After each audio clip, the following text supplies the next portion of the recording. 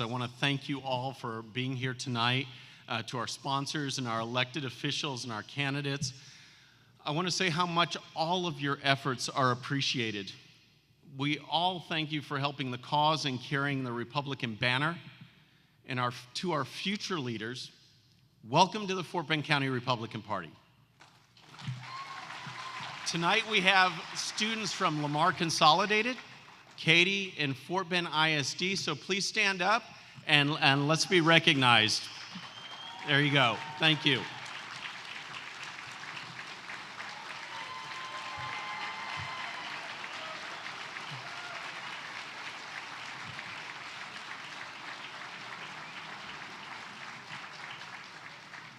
As you know, friends, we are less than 7 months away from the 2024 general election, and we have a monumental task on our hands.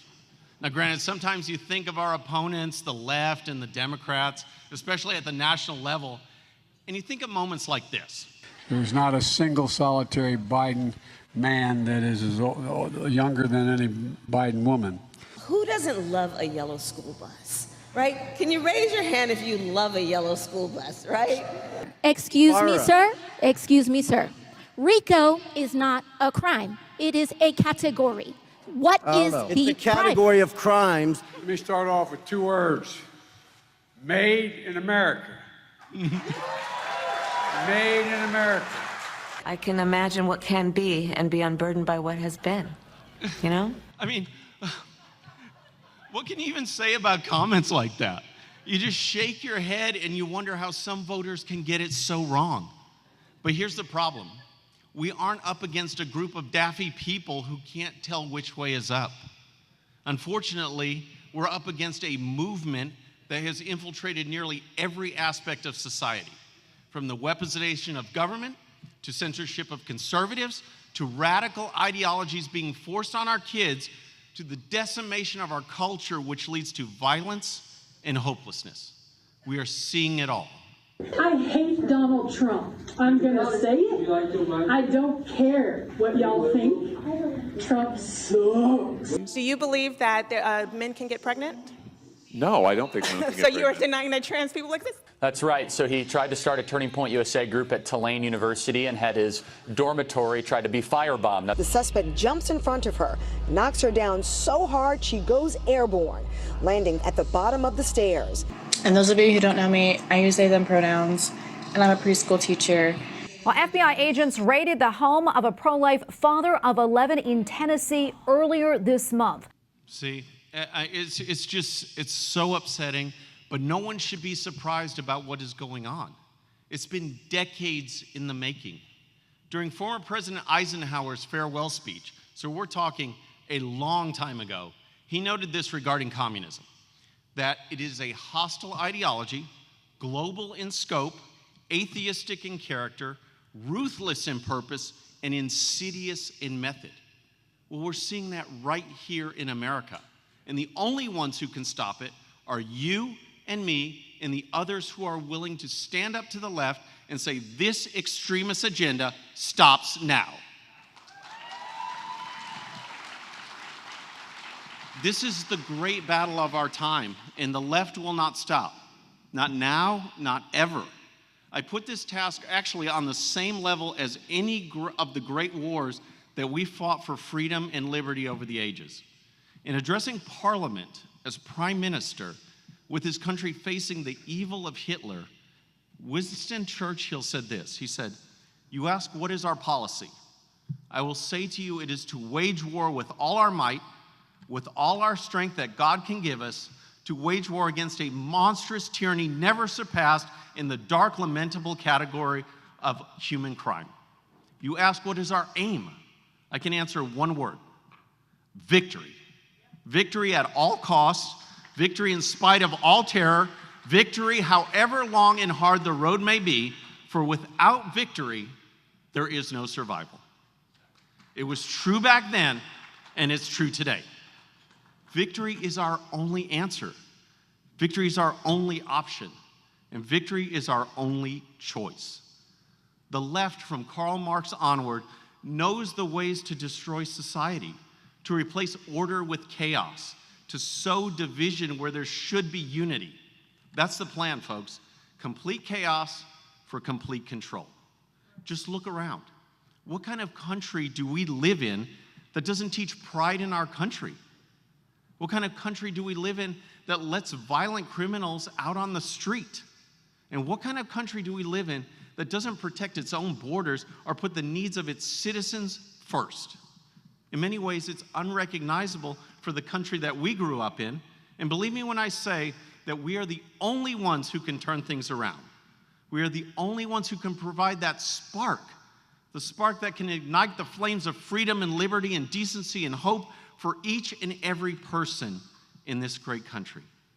But in order to accomplish this monumental task, we have to come together. I'm going to echo some of the words that Senator Huffman said.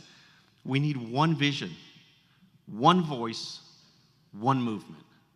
Now, don't get me wrong, I'm 100% in Churchill's corner. Complete victory is the only thing that will stop the left. I mean, anyone who knows me knows that my favorite quote from the Bible is 1 Corinthians chapter 9, verse 24, which says, "Do you not know that the runners in the stadium all run in the race, but only one wins the prize? Therefore, run so as to win." All right? Run so as to win. It's pretty simple, but if our movement is to succeed, we have to bring others along with us. Now, I know it's easier said than done. I know some people in this very room have butted heads with each other.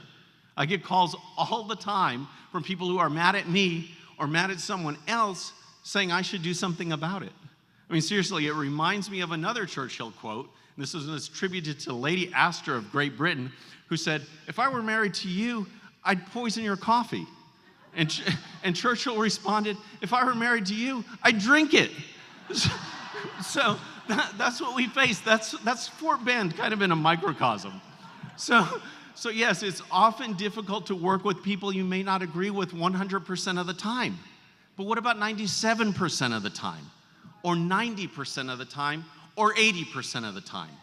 We must keep our eye on the ball and realize that if our vision is truly one of building a better country and renewing America, then we need all the help we can get. And I know this fight will not be easy. Through political correctness and cancel culture, the left has created a system in which good people say nothing. They go along with the radical minority who are bent on transforming America into a nationwide version of Oakland or Seattle. And why? Because they are afraid, and rightfully so.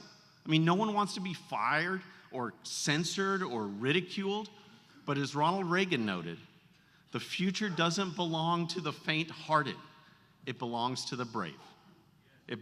That's our calling, folks. That's our duty to make a difference. So as I'm finishing my last class in theology, and yes, I'll finally be done with school, but I told the Krennics, it's like, law school, that might be cool, you know? So, no. But I can't help but see the similarities between our faith and political endeavors. Salvation is just not a personal journey.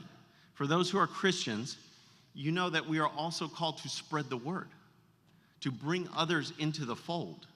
Our movement to save America is exactly the same thing.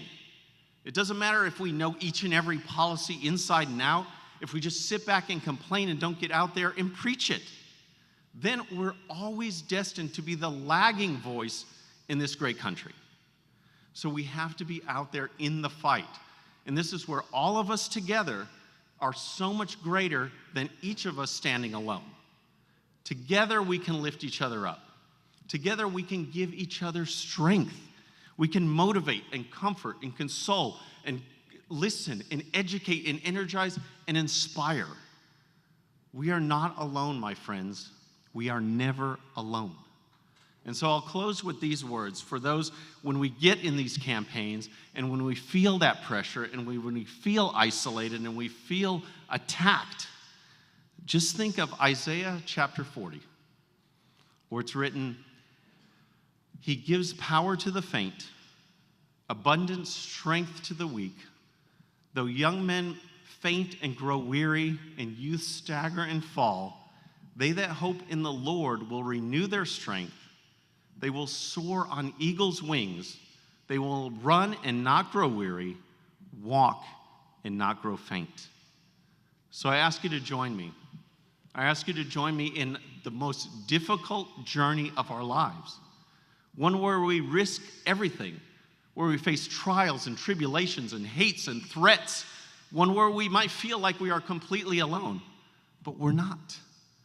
We are here for each other to spread a message of hope and promise and freedom and liberty. Let them come at us. Let them try to bring us down. They may believe in Marxism, but I believe in you. So, if we put in the work, folks, if we dig deeper, if we reach higher, if we stand together, then we can shine brighter. We can be that shining city on the hill, that beacon of hope for the entire world. Together, we can lead the way to a rebirth in this country and a truly brighter future. Thank you.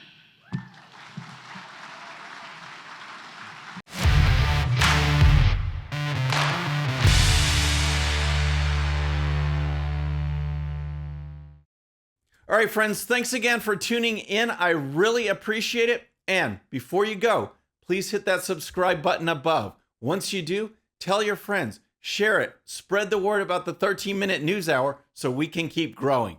And for more great content, check out these videos right here, and I'll see you next time.